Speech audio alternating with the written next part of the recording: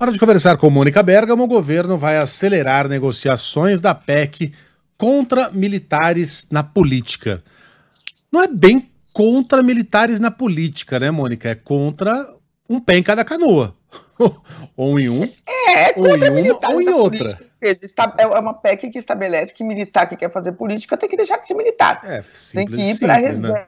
reserva. Isso. Né? O ministro da Defesa, José Múcio Megali, está indo nessa quarta-feira ao Senado para tentar destravar as negociações em torno dessa PEC, dessa proposta de emenda constitucional. PEC é quando você altera a Constituição, uma regra da Constituição, né? E essa PEC pretende despolitizar as Forças Armadas e ela estabelece, como eu já disse, regras mais rígidas para que militares que queiram participar do processo político eleitoral ou que ocupem cargos públicos civis possam fazer isso desde que deixem as casernas, o Megali. Os debates estão ocorrendo justamente em meio às investigações, né, da tentativa de golpe para manter o ex-presidente Jair Bolsonaro. Ih, travou. Vamos ver, calma, que eu ainda tenho fé que vai voltar. Poder. Essa foi Olha lá. Peraí, Mônica. Deu uma travadinha aí, coisa de 10 segundos atrás. Isso, pode continuar. Então vamos lá, a proposta do governo Lula, que foi apresentada pelo senador Jacques Wagner, ela estabelece esse caminho sem retorno, Megali, para o militar que tem pendores políticos. Ela determina que ele seja transferido para a reserva no ato do registro da candidatura.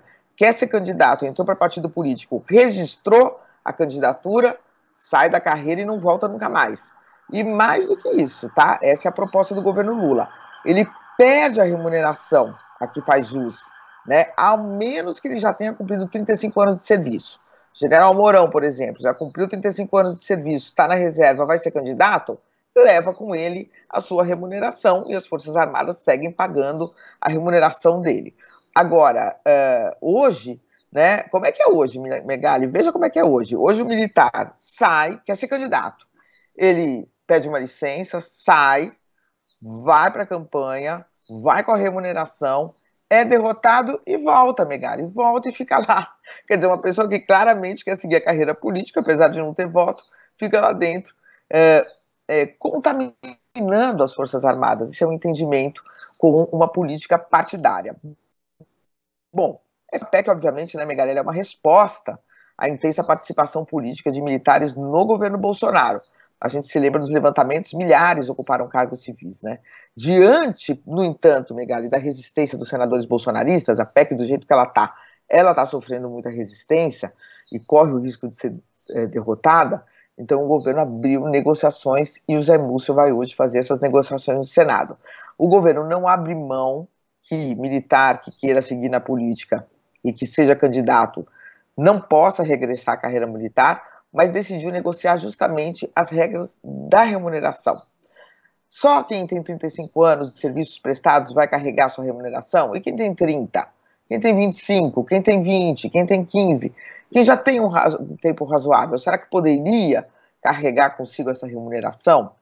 Então essa é a negociação que vai ser aberta. Agora você veja, né, Megali, que essa questão da remuneração, ela preocupa justamente as instituições militares. Por quê?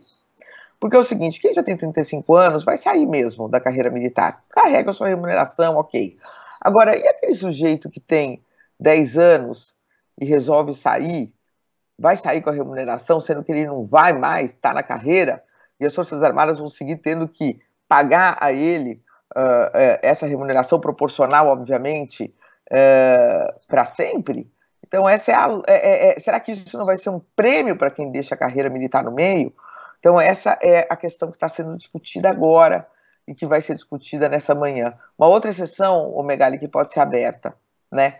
Militares que são convidados para cargo de ministro também teriam que deixar sua carreira, aí nunca mais você teria nenhuma colaboração de nenhum militar no primeiro escalão de nenhum governo, né? Então, no caso dos ministros, de quem fosse para primeiro escalão, está sendo debatida também abrir uma exceção, quer dizer, vai, é ministro e volta se quiser, porque é um cargo de confiança, é um cargo de primeiro escalão, é um cargo diferenciado, enfim, esse é um pleito aí que os senadores estão discutindo e que pode chegar a um consenso também, Megali. Mas o fato importante é que, em meio a toda essa indiciamento de Bolsonaro, indiciamento de militares, revelação de minuta golpista, essas revelações que a gente viu nas últimas semanas, o governo pretende dar um vai ou racha nessa PEC, quer dizer, empurra para passar, porque é uma oportunidade histórica de blindar as Forças Armadas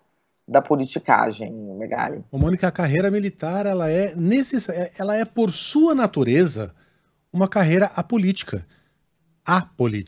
Né? Não pode haver política na atuação do militar. Obviamente, ele tem as suas preferências pessoais, mas elas são completamente pessoais e apenas isso. Né? Não podem entrar no quartel, não podem entrar na vida da caserna, não podem fazer parte da atuação pública desse militar. Por um motivo óbvio, porque o militar ele trabalha para o Estado brasileiro e não para nenhum governo brasileiro. Tem algumas... por exemplo, um Pazuello. Você vê como o Pazuello voltar para o quartel e nunca mais ter uma ação política na vida? Aquilo foi um vento que passou, que de longe me levou, mas agora eu tô de volta. Agora eu tô aqui, eu só penso realmente em fazer exercícios militares, eu só penso em ilustrar minha bota, a minha vida é fazer marcha, é limpar o meu fuzil, é desmontar e montar a minha espingarda. Não tem como. E mesmo aquele que é derrotado e não ingressa na vida política, só o fato de ele ter se filiado a um partido, só o fato de ele ter participado de assembleias, só o fato de ele ter negociado com líderes partidários, enfim, tudo isso já torna impossível uma vida militar plena e saudável. Não tem como.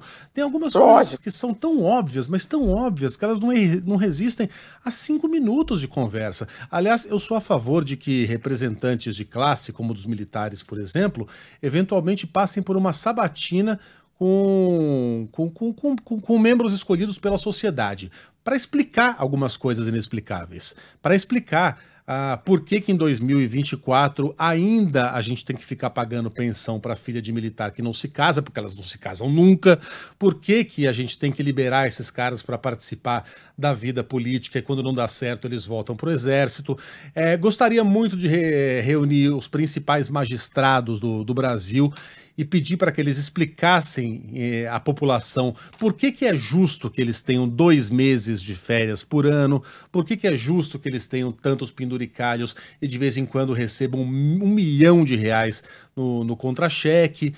Isso não vai acontecer, porque eles não aguentariam 2 minutos de trocação de ideia. Esse é um desses assuntos óbvios que o surpreendente é que a gente não tenha pacificado essa questão ainda. É óbvio. É tão claro que não dá para conciliar uma coisa com a outra, que é difícil imaginar quem é que de maneira intelectualmente honesta possa defender um troço desses. Ô, Mônica, o nosso ouvinte Everton escreveu para cá perguntando o seguinte, se a PEC valeria também para PMs e policiais civis. Vale não, né? E essa é uma crítica de quem apoia esse projeto. Ela não vale. E há uma tentativa de se misturar os assuntos para tentar reforçar a oposição a ela no Congresso. Ela não vale. São profissões de natureza, tem similaridades, tem paralelos, são profissões de natureza diferente, muito embora seja uma discussão válida, né, Carla? Porque também é o que ontem eu ouvi de uma autoridade, né? O policial militar sai, é candidato, ganha ou perde, pode voltar, tem essa porta giratória, fica essa confusão. E aí o policial militar que é parlamentar, ele tem maior ascendência sobre a PM do que os próprios comandantes da PM, quer dizer, vira uma situação também não própria, né? Também os polícias deveriam ter suas regras, mas isso não está sendo discutido nessa PEC. Essa PEC ela é focada única e exclusivamente nas Forças Armadas.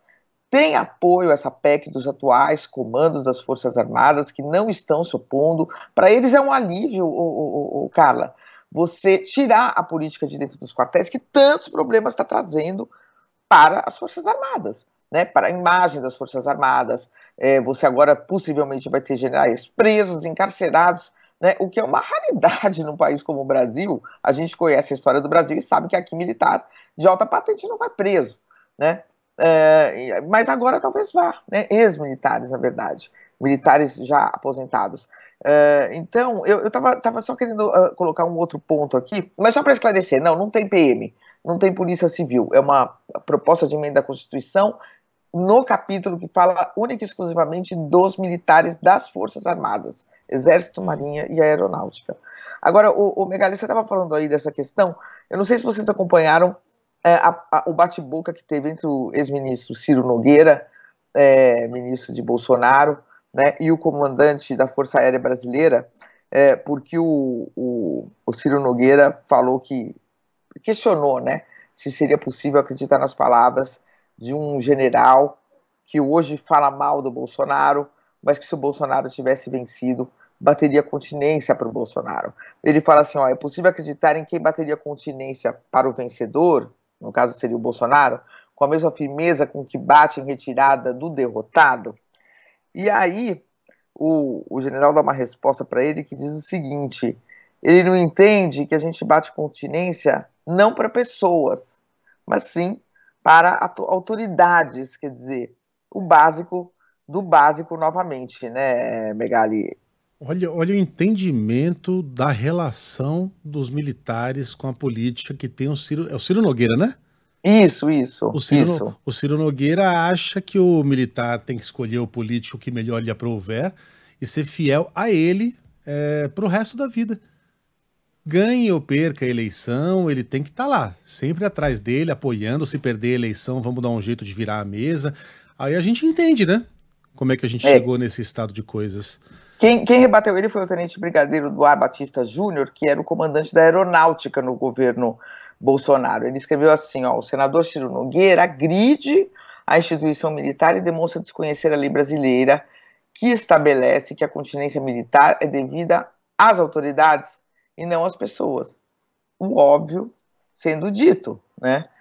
O Ciro, claro, sendo um senador e adepto do Bolsonaro, está tentando desqualificar os depoimentos dos militares que faziam parte do governo Bolsonaro e hoje relatam que houve uma tentativa de golpe. É possível questionar esses militares? Possível, né, Megali? É possível a gente falar, bom, por que ficaram quietos por um ano? Se não tivesse a delação do tenente-coronel Malucide, eles teriam encoberto, então, portanto, esses crimes.